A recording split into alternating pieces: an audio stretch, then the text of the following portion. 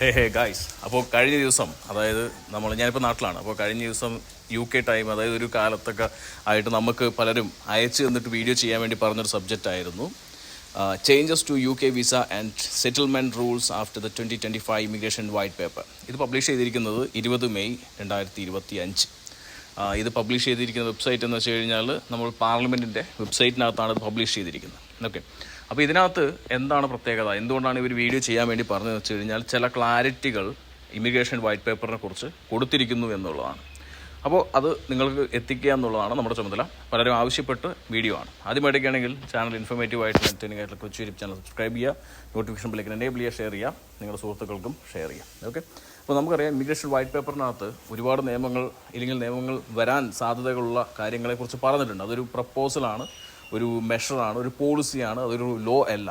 Okay, അപ്പോൾ കഴിഞ്ഞ ദിവസം നമ്മുടെ ആഹ്വാനങ്ങൾ അനുസരിച്ച്, അതായത് നമ്മുടെ ക്യാമ്പയിൻ അനുസരിച്ച് ഒരുപാട് ആളുകൾ അവരവരുടെ MPമാർക്ക് മെയിൽ ചെയ്യുകയും അതിൻ്റെ റിപ്ലൈകൾ വരികയും ചെയ്തിട്ടുണ്ട്. പലരും നമുക്ക് ഷെയർ ചെയ്ത് തന്നിട്ടുണ്ട്.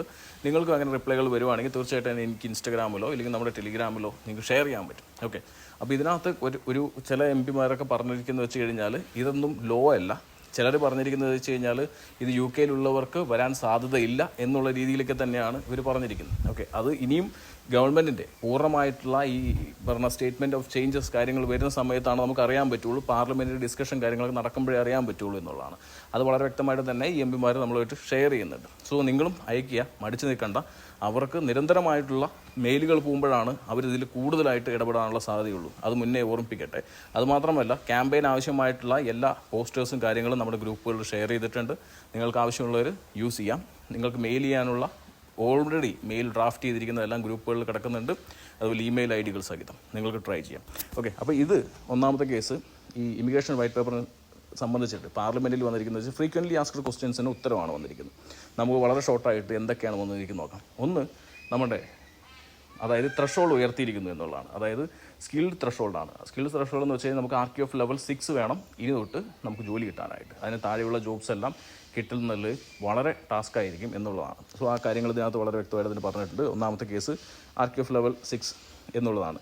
Okay, ending on existing exemption for social care workers. അതായത് employers will no longer be allowed to recruit them from abroad. അതായത് നമ്മുടെ അഡൾട്ട് സോഷ്യൽ കെയർ സെക്ടേഴ്സ് നിന്ന് അബ്രോഡൊന്നും റിക്രൂട്ട് ചെയ്യാൻ പറ്റില്ല എന്നുള്ളത് ഇമിഗ്രേഷൻ വൈറ്റ് പേപ്പർ പറഞ്ഞിട്ട് ഇത് പാർലമെൻറ്റ് വെബ്സൈറ്റിലും അത് വളരെ വ്യക്തമായിട്ട് തന്നെ പബ്ലിഷ് ചെയ്തിട്ടുണ്ട്. ഓക്കെ, അതുമാത്രമല്ല exploring a levy on university income from international students fees. അതായത് യൂണിവേഴ്സിറ്റിയുടെ കയ്യിൽ നിന്ന് ലെവി പിടിക്കും, യൂണിവേഴ്സിറ്റിയെ കൺട്രോൾ ചെയ്യും എന്നുള്ളതാണ്. അതായത് സ്റ്റുഡൻറ്റ് വിസയ്ക്കകത്ത്. Okay, making it harder for university to keep their licence to sponsor student visa by introducing tougher compliance rules. അതായത് ഇനി ഒരു യൂണിവേഴ്സിറ്റിക്ക് പ്രോപ്പർ ഒരു മെട്രിക്സ് ഒക്കെ അനുസരിച്ചിട്ടാണ് BCA പ്രകാരമായിരിക്കും ഇനി ഇവരുടെ നിലവാരങ്ങൾ റെഡ്, ആംബർ, ഗ്രീൻ എന്നുള്ള രീതിയിൽ.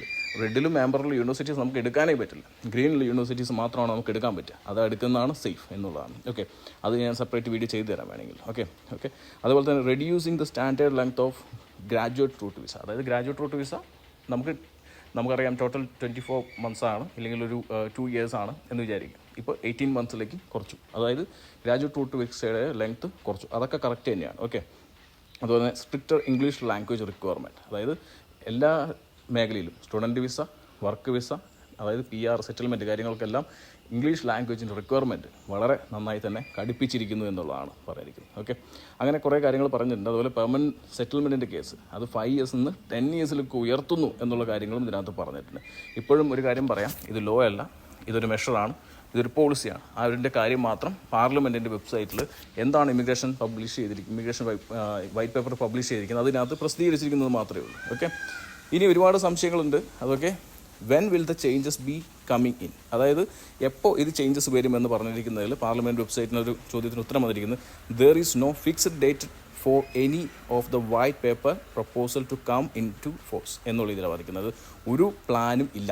Okay, may be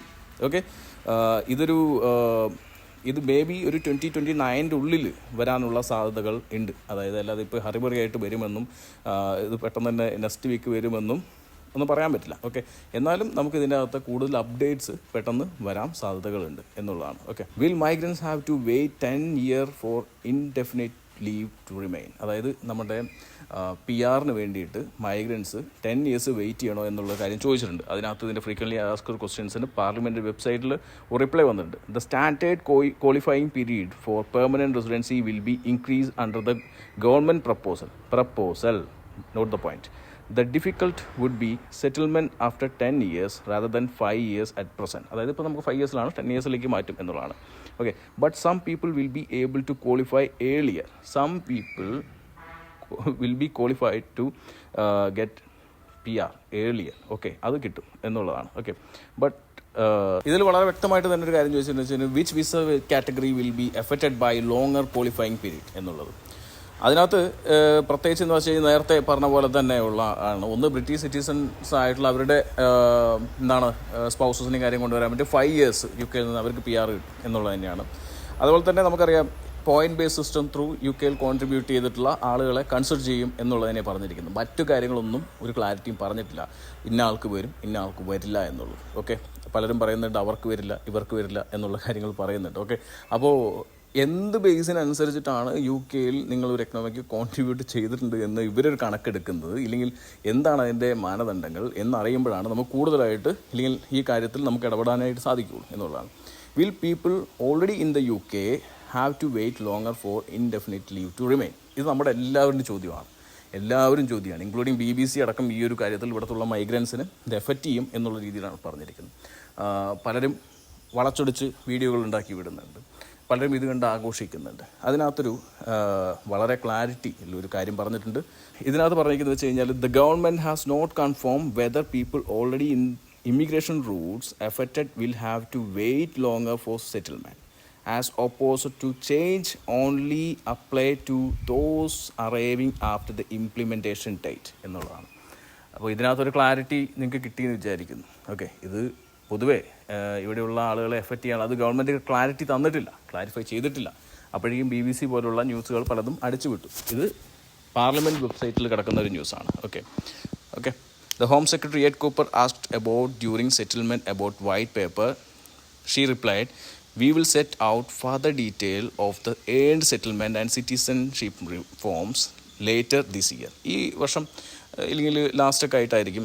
and we will consult on them. അതായത് എല്ലാവർക്കും ഇത് ചെയ്യുന്നതിന് മുമ്പ് പബ്ലിക്കിനടുത്ത് ചോദിക്കാതെ ചെയ്യാൻ പറ്റില്ല. പാർലമെൻറ്റിൽ അത് ഹൗസ് ഓഫ് കോമൺസിലാവട്ടെ ഹൗസ് ഓഫ് ലോർഡ്സിലാവട്ടെ ചോദിക്കാതെ ചെയ്യാൻ പറ്റില്ല. Okay, there will be plenty of opportunity for people to comment on and consider the details. നമുക്ക് ഒരുപാട് ഓപ്പർച്യൂണിറ്റീസ് ഉണ്ടാവും ഇത് നമുക്ക് നമ്മുടെ ഈ പ്രശ്നങ്ങൾ അവർക്ക് എത്തിക്കാനായിട്ട്. ഓക്കെ, കോൺട്രിബ്യൂട്ട് എന്തെങ്കിലും ചെയ്തിട്ടുള്ളവരെ അവർ കൈവിടില്ല.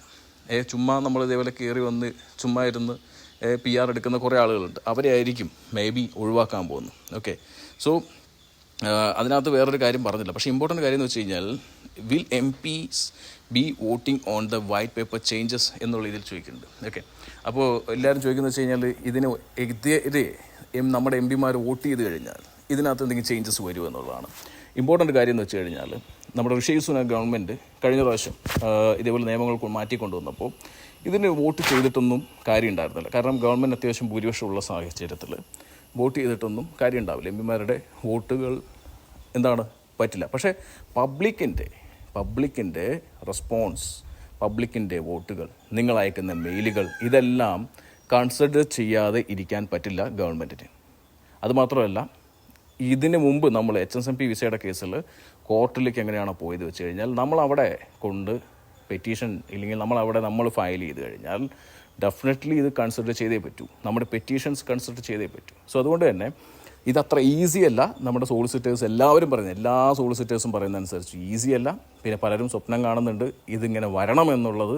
അത് നിങ്ങളുടെ സ്വപ്നം മാത്രമായി മാറട്ടെ എന്ന് നമ്മൾ 1.5 മില്യൺ ആളുകൾ ഒരുമിച്ചിരുന്ന് പ്രാർത്ഥിക്കാം. ഓക്കെ, അത് നമുക്ക് നോക്കാം എവിടം വരെ പോകുന്നു എന്നുള്ളത്. മാക്സിമം ഇതിൻ്റെ എൻഡ് വരെ നമ്മൾ ഫൈറ്റ് ചെയ്യും എന്നുള്ളത് തന്നെയാണ്. അത് ഫൈറ്റ് ചെയ്യുന്നതിൽ എൻ്റെ സൈഡിൽ നിന്നുള്ള മാക്സിമം എന്തൊക്കെ സപ്പോർട്ടുകളാണോ അതെനിക്ക് കൊടുക്കാൻ പറ്റുന്നത് ഞാൻ മാക്സിമം കൊടുക്കും എന്നുള്ളതാണ്.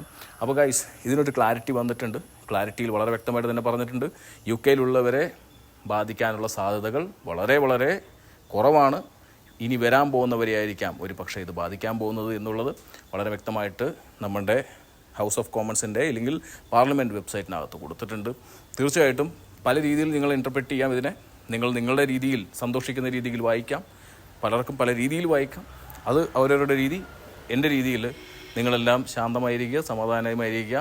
വലിയ രീതിയിലൊന്നും കാര്യങ്ങൾ പറഞ്ഞിട്ടില്ല, ഇവിടെയുള്ളവരെ ബാധിക്കുമെന്നും എവിടെയും പറഞ്ഞിട്ടില്ല. സോ അതുകൊണ്ട് തന്നെ ന്യൂസുകൾ പലതും വളച്ചൊടിച്ച് വ്യൂസ് ഉണ്ടാക്കാൻ വേണ്ടിയുള്ളതായിരിക്കാം. നിങ്ങളത് മാത്രം വിചാരിച്ചാൽ മതി. ഇനി